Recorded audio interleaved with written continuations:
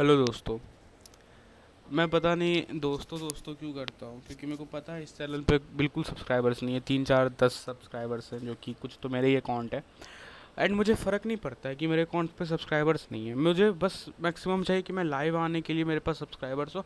और मुझे जेन्युइन फ़र्क नहीं पड़ता, और मुझे ये बात अच्छी लगती है कि मेरे अकाउंट पे सब्सक्राइबर्स नहीं है, ताकि मैं ऐसे ही प्रैक्टिस कर सकूँ रोज़ कुछ बोलने की, और इस अकाउंट पे अकाउंट बोल रहा हूँ, इस यूट्यूब चैनल पे मैं पोस्ट कर सकूँ अपने ओपिनियंस एंड अपना सब कुछ। आज पता है, मैंने सामने खुद से एक भाषण प्रैक्टिस किया था। मैं खुद को इमेजिन कर रहा था कि what if I was a politician of Bihar, and I was in a campaigning for vote, for election. मैंने उसमें काफ़ी सारी चीज़ें बोली, मैनिफेस्टो दिए, एंड बोलते बोलते पता है मेरे को रियलाइज़ हुआ कि मैं इसकी एक वीडियो बनाऊंगा एंड इसको यूट्यूब पे डालूंगा। अगर कोई देखेगा तो देखेगा, अगर कोई नहीं देखेगा तो मैं ही देखूंगा बाद में, अपनी पब्लिक स्पीकिंग स्किल्स को इम्प्रूव करने के लिए।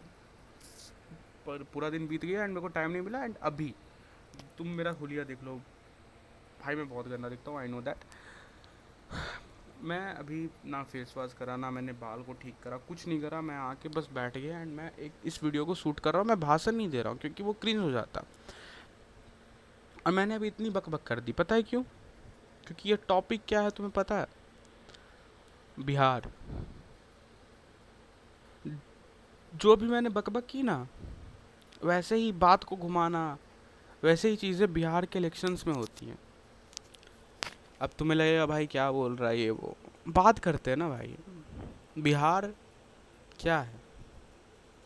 बिहार एक स्टेट नहीं है, बस स्टेट नहीं है। बिहार काफ़ी कल्चर से मिलके बना हुआ एक स्टेट है। मिथिलांचल, मगध, भोजपुर, भोजपुरी, अंगिका, और पहले झारखंड भी बिहार का पार्ट हुआ करते थे, बट अब नहीं है झारखंड बिहार का पार्ट, एज यू नो। तो हम झारखंड की बात नहीं करेंगे। बिहार झारखंड डिवीज़न एक बहुत ही अनफॉर्चुनेट चीज़ थी दोनों ही स्टेट के लिए, एंड अब उस चीज़ को बोल के कोई फ़ायदा नहीं है। मैं यहाँ पे बात अपने पॉलिटिशियंस के बारे में करना चाहता हूँ, सब पॉलिटिशियंस के, एवरी पॉलिटिशियंस, स्पेशली हमारे प्रधानमंत्री मोदी जी। देखो वो हमारे प्रधानमंत्री, I know that and I respect him for that position, क्योंकि हम लोगों ने चूज़ किया उन्हें as our prime minister. But पता है, मैं एक चीज़ बोलना चाहूँगा कि भले ही वो प्राइम मिनिस्टर कैसे भी हों, भले ही Modi government is not that bad in central, but Bihar के लिए ही is very bad. NDA government is very bad for Bihar. वो भी जब बिहार आते हैं ना, तो विकास की बातें नहीं करते हैं, जात की बातें करते हैं कि मेरे कुशवाहा भाइयों, मेरे ये भाइयों, यादव भाइयों, ये मुझे वोट दीजिए। पता है तुम्हें, बिहार शरीफ से रांची, रांची एक स्टेट है इन झारखंड, रांची एक कैपिटल है झारखंड का, स्टेट है बगल में ही हम लोग के। रोज़ कुछ नहीं भी तो काफ़ी सारे लोग रांची के लिए ट्रैवल करते हैं बसेस से। 500 रुपये जिसकी टिकट प्राइस है। बिहार शरीफ से काफ़ी लोगों की शादी होती है बिहार शरीफ के रांची में, काफ़ी लोग यहाँ के वहाँ पे शिफ्ट होते हैं। अब तुम पूछ रहे हो कि मैं तुम्हें ये क्यों बता रहा हूँ? मैं तुम्हें ये इसलिए बता रहा हूँ क्योंकि तुम्हें जान के बहुत ही शौक होगा कि एक ऐसा जगह जहाँ पे इतने सारे बिहार शरीफ के लोग जाते हैं। मैं बिहार शरीफ में रहता हूँ बाय द वे, एंड उसी जगह पे एक भी ट्रेन रूट नहीं है। सोचो ये कितनी शॉकिंग चीज़ है कि जिस जगह से मतलब इतने सारे लोग मजदूरी करने या काम करने, या जिनकी शादी हुई होती है, जिनका घर होता है, वहाँ पे रोज़ जाते हैं बसेस से और बहुत सारी वेज में, बट उसका एक भी ट्रेन रूट नहीं है। Bihar Sharif to Ranchi is not a single direct train. Ranchi छोड़ दो, बिहार शरीफ से कहीं भी कोई मेन लाइन नहीं है कहीं जो जुड़ती हो। अब तुम्हें लगेगा कि भाई what about Patna to Ranchi? 14 घंटे का ट्रेन है पटना टू रांची। बस से 6 घंटे लगते हैं, 6 घंटे नहीं, 7 8 घंटे लगते हैं। Just think about it. ये डेवलपमेंट है, ये कनेक्टिविटी है बिहार की। We need trains, we need infrastructure. What we have? Zero. अभी कुछ दिन पहले 2 4 ट्रेन लॉन्च करेंगे लोकल, मेट्रो लॉन्च हो रहा है पटना में। 2023 से 23 भी या 22 से काम चल रहा है मेट्रो पे, अभी तक लॉन्च नहीं हुआ। ओके चलो टाइम लगता है।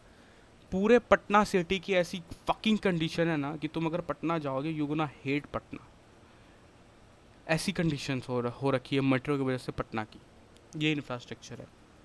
एंड वी कंप्लेन कि हमारे यहाँ इंडस्ट्रीज़ क्यों नहीं आती हैं। ये हटाओ। तुम्हें पता है रंगदारी क्या होती है?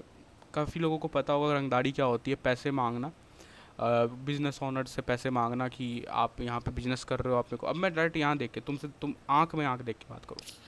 आप हमारे यहाँ बिजनेस कर रहे हो, आप मेरे को रंगदार मतलब लूटपाट मचाना होता है, वो पैसे मांगते हैं तुम्हारे ट्रक से, ट्रांसपोर्ट से, फैक्ट्रीज में घुस के, या फिर तुम्हें धमकी देंगे कि अगर तुम पैसे नहीं दोगे तो गोली मार देंगे, या ये वो जो भी। तो ये सब बहुत नॉर्मल है, तुम्हें पता ही है। अभी कुछ दिन पहले ही बिहार के सबसे रिचेस्ट पर्सन, सबसे रिचेस्ट बिजनेसमैन की गोली मार के हत्या कर दी गई ऑन दिस यही चीज़ों पे ना, रंगदारी वसूलने के चक्कर में। इस पर हमारी गवर्नमेंट ने क्या एक्शन लिया? कुछ नहीं। अब मैं तुम्हें एक टूल चीज़ बताता हूँ जो चलती है बिहार में। ये सारे रंगदार जो होते हैं वो सारे गवर्नमेंट, जो अभी करंट गवर्नमेंट है उसके अंडर होते हैं। एक और चीज़ बताऊँ, ये चीज़ सुन के शायद तुम में से काफ़ी लोग हेट करने वाले हो। हमारे बिहार के CM, chief minister Nitish Kumar Kurmi समाज से बिलोंग करते हैं। कुर्मी एक छोटी जाति नहीं है, ओबीसी है, मतलब मीडियम में आती है अगर तुम इतना जात पात के एंगल से देखते हो तो। पता है, एक रियल स्टोरी है। एक बार एक आदमी ने किसी का मर्डर किया था, रियल स्टोरी है। And he get away with it. पता है क्यों? क्योंकि वो कुर्मी समाज से बिलोंग करता था एंड उसके कनेक्शन नीतीश कुमार से थे। ये है जात पात की कंडीशन। कई लोग बोलते हैं कि इतना जात पात क्यों होता है। भाई इसीलिए होता है ताकि लोग खुद को सेफ रख सके, क्योंकि हमने वो सेफ्टी क्रिएट ही नहीं करी। मैं एक पढ़ा लिखा बिहारी हूँ, तुम में से कई लोग पढ़े लिखे होंगे, तुम्हें पता है ना कि क्या कंडीशन है बिहार की। फिर भी हम लोग जात पात पे वोट देते हैं। क्यों? क्योंकि जो बूढ़े बुजुर्ग लोग हैं ना, उनके माइंड में ये चीज़ फिट हो चुकी है कि अगर मेरे समाज का कोई आदमी होगा और अगर कभी मेरे को कोई दिक्कत होगी तो मेरे समाज का आदमी मेरा हेल्प करेगा। जबकि लालू यादव, नीतीश कुमार, उनको आपके एग्जिस्टेंस से फ़र्क तक नहीं पड़ता, आप जिंदा हो या मर चुके हो, दे डोंट केयर। लेकिन उन गवारों को ये लगता है। एनडीए गवर्नमेंट या इंडिया अलायंस, दोनों ही सिट है। There is a new party, Jan Swaraj, ठीक है, एक थर्ड ऑप्शन है। हमें नहीं पता वो पार्टी कैसी है। जात पात तो वो भी करती है, धर्म वो भी करती है, और वो करना पड़ता है। सारी पार्टी इसको करना पड़ता है बिहार में, क्योंकि पता है कि यहाँ की गवार जनता यही सुनेगी बस। हम डेवलपमेंट की मांग ही नहीं रखते। जैसे आज मैं अभी वो ट्रेन वाला इशू तुम्हें बता रहा था, ये ट्रेन वाले इशू को किसी ने आज तक नहीं उठाया है। बिहार शरीफ जंक्शन इज सिट। तुम अगर जाओगे देखने तो इतना सिटी प्लेस है बिहार शरीफ जंक्शन, जबकि एक बिहार शरीफ एक स्मार्ट सिटी है। एंड एक स्मार्ट सिटी नहीं, नालंदा का हेड क्वार्टर है। नालंदा से ही बिलोंग करते हैं आपके chief minister Nitish Kumar ji. Roads बनाई जाती हैं, ओके, हाईवे बनाए जाते हैं। बिहार शरीफ में 2-3 फ्लाईओवर बनाए गए जो कि पटना और रांची को बाई रोड कनेक्ट करते हैं अच्छे वे में, ठीक है, दैट्स अ गुड थिंग। वो सेंट्रल गवर्नमेंट की तरफ से हुआ था। उन हाईवेज पे गड्ढे हैं और 1 साल हुआ है बस कंप्लीट हुआ, एंड उस हाईवे पे गड्ढे हैं। Let's talk about the city. I don't care कि आप एक कैपिटल को दूसरे कैपिटल से कनेक्ट कर रहे हो जबकि बाई रोड कनेक्ट कर रहे हो, जिसका कोई सेंस नहीं बनता है, क्योंकि पब्लिक ट्रांसपोर्ट है ही नहीं, जीरो है। पर ठीक है, आप कर रहे हो for the trade and all, ठीक है, ओके। क्या ट्रेड होता है रांची और बिहार में? I don't care. Jharkhand Bihar में कोई ट्रेड वैसा कुछ खास होता नहीं, बस कोयला वगैरह आता है तो आता होगा। But let's talk about the city. मैं बिहार शरीफ में रहता हूँ एंड मैं कई बार दूसरे सिटीज़ भी गया हूँ, दरभंगा हो गया, कोई भी जो भी स्मार्ट सिटीज़ बन रही हैं या बनने वाली हैं उनके सिटीज़ के अंदर। आज तक मैं 7 साल से बिहार शरीफ पे रह रहा हूँ। मेरा ओरिजिनली घर गांव में है।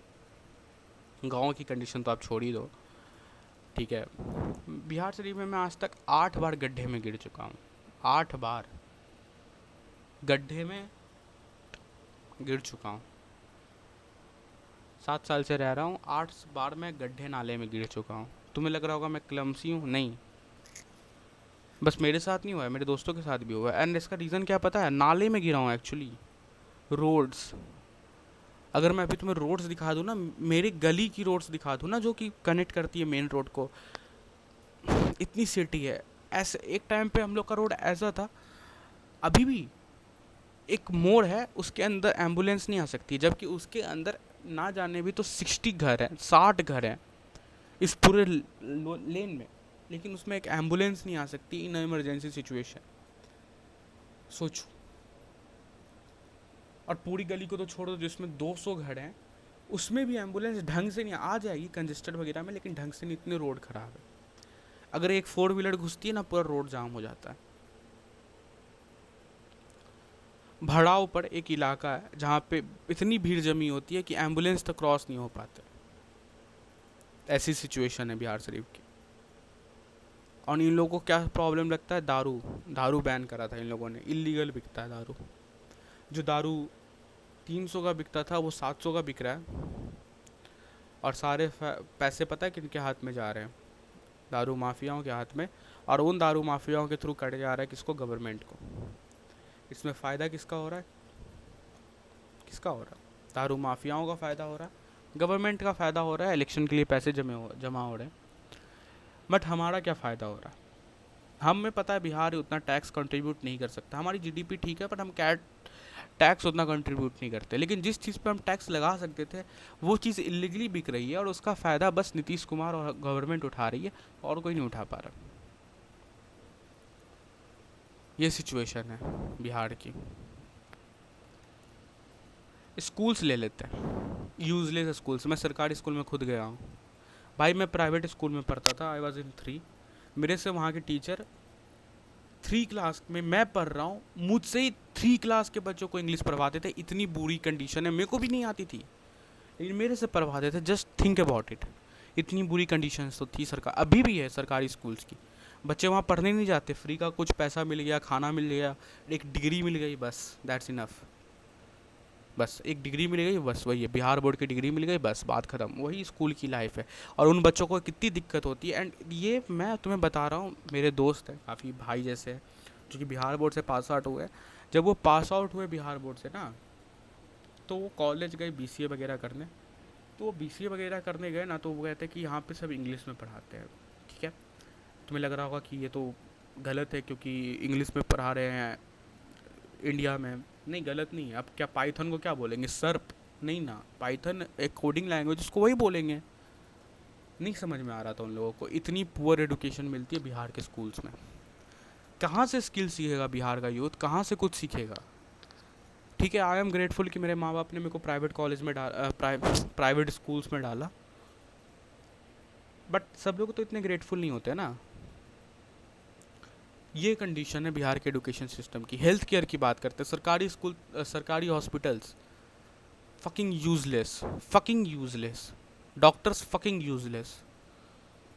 प्राइवेट हॉस्पिटल्स इतना पैसा चार्ज करते हैं, इतना पैसा चार्ज करते हैं कि मरीज बोलेगा कि भाई मेरे को मार दो यार, इससे अच्छा कि मेरे को नहीं जिंदा बचना। ऐसी कंडीशन है प्राइवेट हॉस्पिटल्स की बिहार में, पता है। लेकिन फिर भी कुछ चूती हैं सोशल मीडिया पे बिहार बिहार प्राउड करते। नहीं भाई, प्राउड होने की कोई चीज़ ही नहीं है। प्राउड होने की चीज़ थी, उस पर प्राउड नहीं हो सकते। ये पूरे भारत, ये पूरा देश हमारी जागीर थी, हम ही ने इस देश को बनाया। मगध वगध सबसे ही पूरा बना।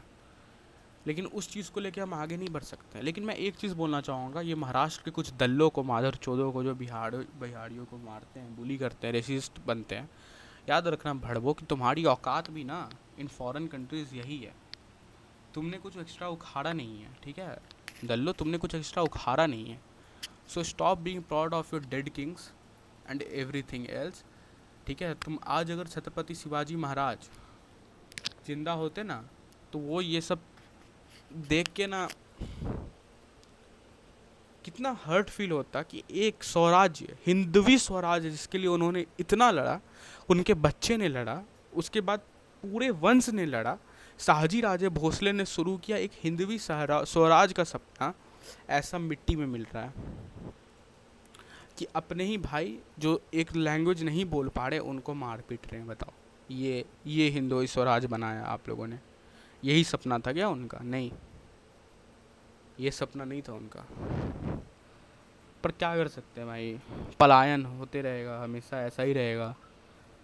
वी आर डूम्ड भाई, and we know we are doomed. यही था, that's it for the video. 15 minute मैंने लगातार बकबक करी है, मेरे को पता कोई देखने तो नहीं वाला, इसलिए मैंने बकबक करी हुई है। सो अगर कोई देख रहा है तो भाई देखो, एक बात बताऊंगा, तुम चेंज नहीं ला सकते। तुम बस इतना कर सकते हो कि खुद को और खुद के परिवार वालों को समझा सकते हो कि क्या सही है और क्या गलत, उससे ज़्यादा हम कुछ नहीं कर सकते। So thank you for watching. If you agree with my opinions, comment down. If you have some more knowledge, theoretical knowledge, comment it down. और अगर तुम्हारा कुछ और ओपिनियन है, कमेंट इट डाउन, ओके। चलो बाय बाय।